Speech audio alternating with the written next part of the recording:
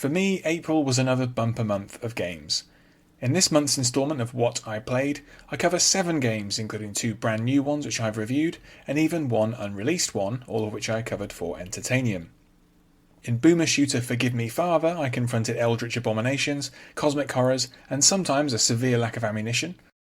B.I.O.T.A, meanwhile, is a very entertaining 8-bit style side-scroller set on an asteroid plagued by ravenous mutants.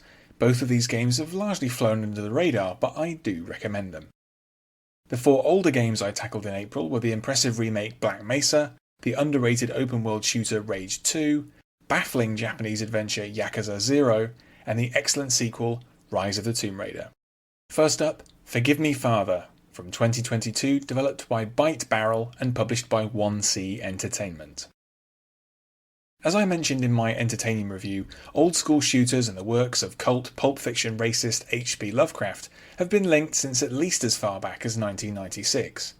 Back then, id Software took heavy inspiration from the New England horror icon for various elements of Quake, most notably its final boss.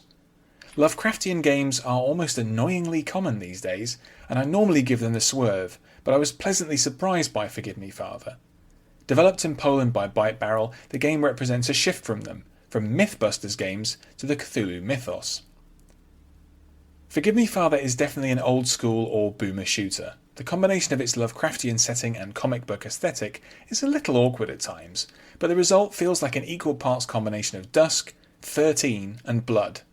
Honestly, if any of those games appeal to you, then you'll get a lot of entertainment from what Byte have summoned up. The level designs are quite basic, but what it lacks in this respect it makes up for with sheer variety. Few games since the 90s have had such an interesting mix of settings, and they change up with almost every level.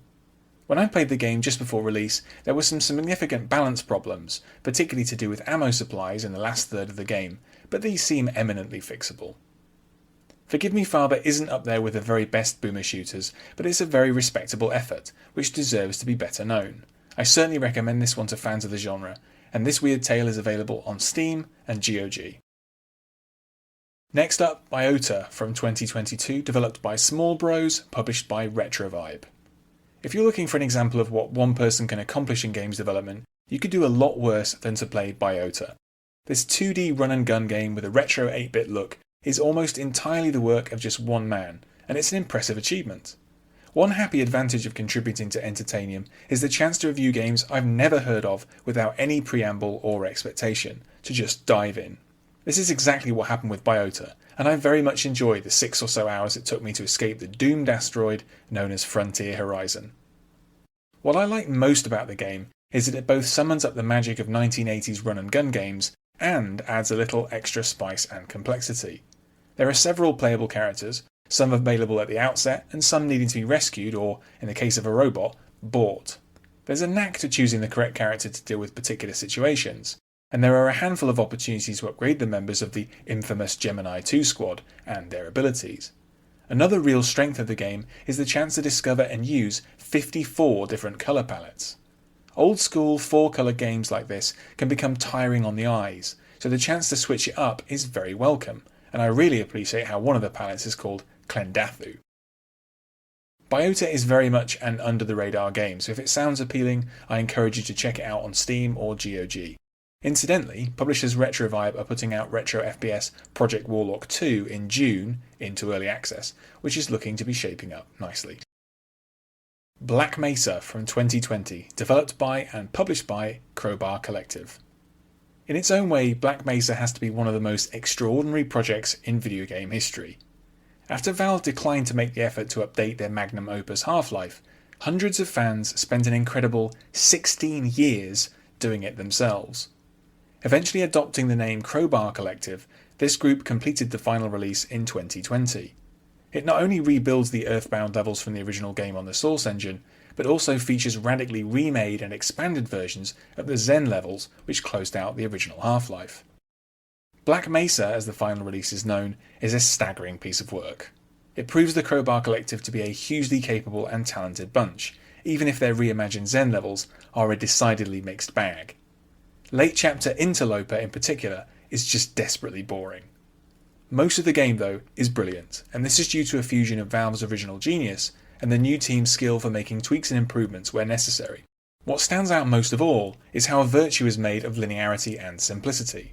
Half-Life, and now Black Mesa, benefit enormously from their entirely unbroken first-person perspective, and the absence of any cumbersome upgrade systems, menus, collectibles, and other distractions.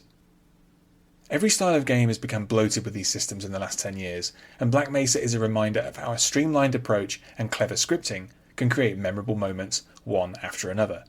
The falling elevator in Office Complex, the jet fighter flyby in Surface Tension, the electrifying climax of Power Up.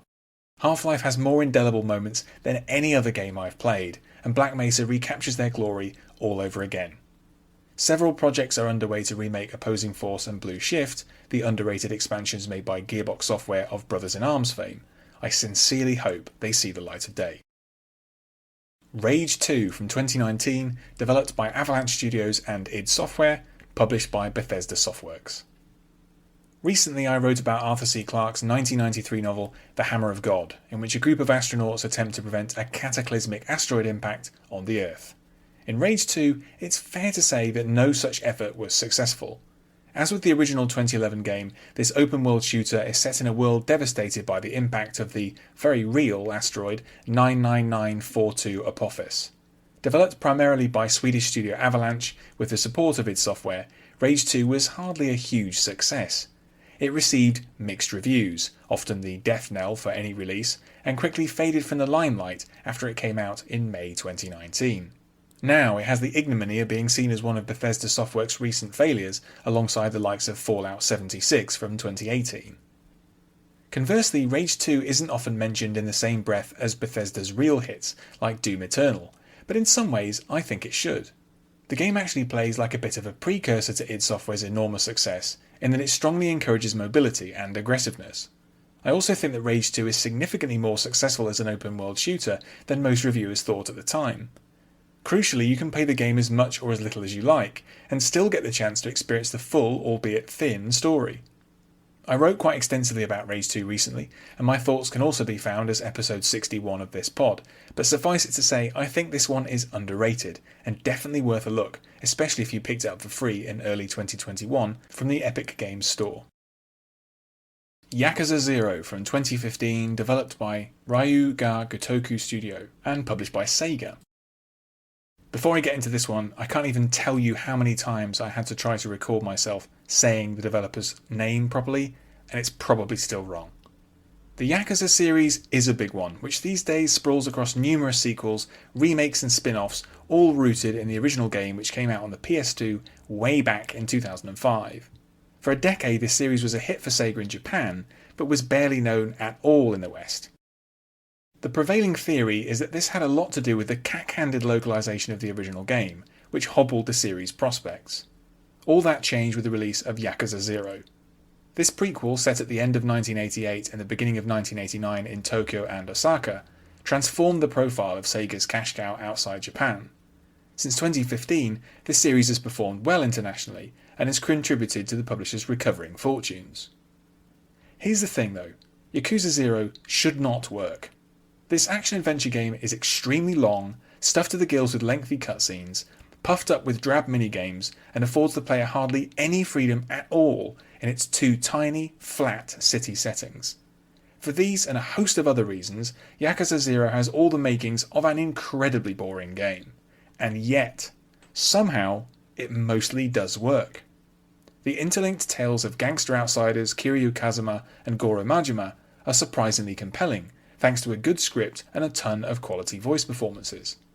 The game also benefits from its ability to transition frequently back and forth between stony serious crime drama and ludicrous comic farce. Much of the time spent actually playing is spent in combat, which is the polar opposite of something like Sifu. It's generally easy, crude, flashy, and arguably rewards button mashing over actually learning any of the systems. Yakuza 0 is such an odd prospect. I'd argue that it's better thought of as almost more like a TV series than a game due to the prevalence of cutscenes and the limited level of interactivity. I can't see myself wanting to play more games in the series, but it's definitely an interesting ride. Loop Mancer, not yet released, expected in 2022, developed by eBrain Studio, published by Eureka Studio. I've written about games on and off for many years now, and one thing I've only done on very rare occasions is previews of upcoming games. Opportunities for these are relatively scarce unless you're on a big publication, and honestly I much prefer playing games that are finished to playing ones that aren't. For that reason, I almost never buy games in early access. However, for Entertainium I did take up the chance to play a preview build, or a demo really, of Black Mesa. With an unspecified release date for later in 2022, Black Mesa is essentially a 3D, side-scrolling Chinese action game with a cyberpunk theme and time-looping mechanics. My hot take on what I played is that it's, well, fine. Time loop games are a minor fad at the moment, and from what I saw, eBrain Studio haven't implemented this mechanic in a particularly interesting way. The graphics are quite impressive, but I couldn't shake the sense of restriction playing a 3D game from a locked 2D perspective and having such a limited range of movement. My sense is that Black Mesa is unlikely to set the world on fire when it does see the light of day, but the devs may yet find ways to unlock its potential. In any case, you can read my longer piece at Entertainium. And lastly for this month, Rise of the Tomb Raider from 2015, developed by Crystal Dynamics, published by Square Enix.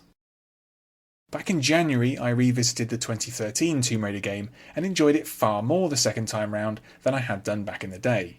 In April, I finally got around to playing the middle entry in the recent trilogy, Rise of the Tomb Raider. This proved to be quite good timing, as when I was partway through, Crystal Dynamics announced that they were now developing a new Tomb Raider game to be built on Unreal Engine 5. Then it was announced that Crystal Dynamics and the Tomb Raider series has been sold off by Square Enix and bought up by Embracer Group. My hot take on this one is that I found Rise to be an excellent entry in the series. While Crystal Dynamics had boldly reimagined the Tomb Raider concept for the 2013 game, its sequel is inevitably a bit more conservative. The focus was clearly on expanding and refining the new formula rather than replacing anything. Rise has more of everything than its predecessor. More equipment types, more weapon options, more collectibles, a larger and more open world, and so on. The setting is an isolated region of Siberia, which proves to be the site of the lost city of Kitezh. When Lara Croft arrives there, she finds herself caught in the middle of a conflict between the ancient defenders of this secluded, mysterious region and the malevolent organisation Trinity, who want to plunder it.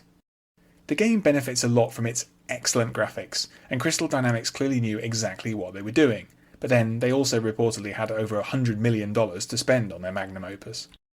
I plan to write at length about Rise and look forward to completing the trilogy with Shadow of the Tomb Raider from 2018 at some point this year. That's about the long and the short of it for April. You might remember that I said I was going to cover Subnautica, but sadly I decided it really isn't my scene, and I have very little to say about it. Mysteriously enough, at the moment I have almost no idea what I'll be playing in May, so we'll just have to wait and see. In the meantime, please do check out the writing by myself and colleagues at entertainium.co, and if you like what I do, please consider supporting via Patreon. Thanks for listening to this episode. You can find more of my writing in text and audio form at my site andyjohnson.xyz. You can also find me on Twitter at andyjohnsonuk, and you can support me at patreon.com/andyjohnson. Catch you next time.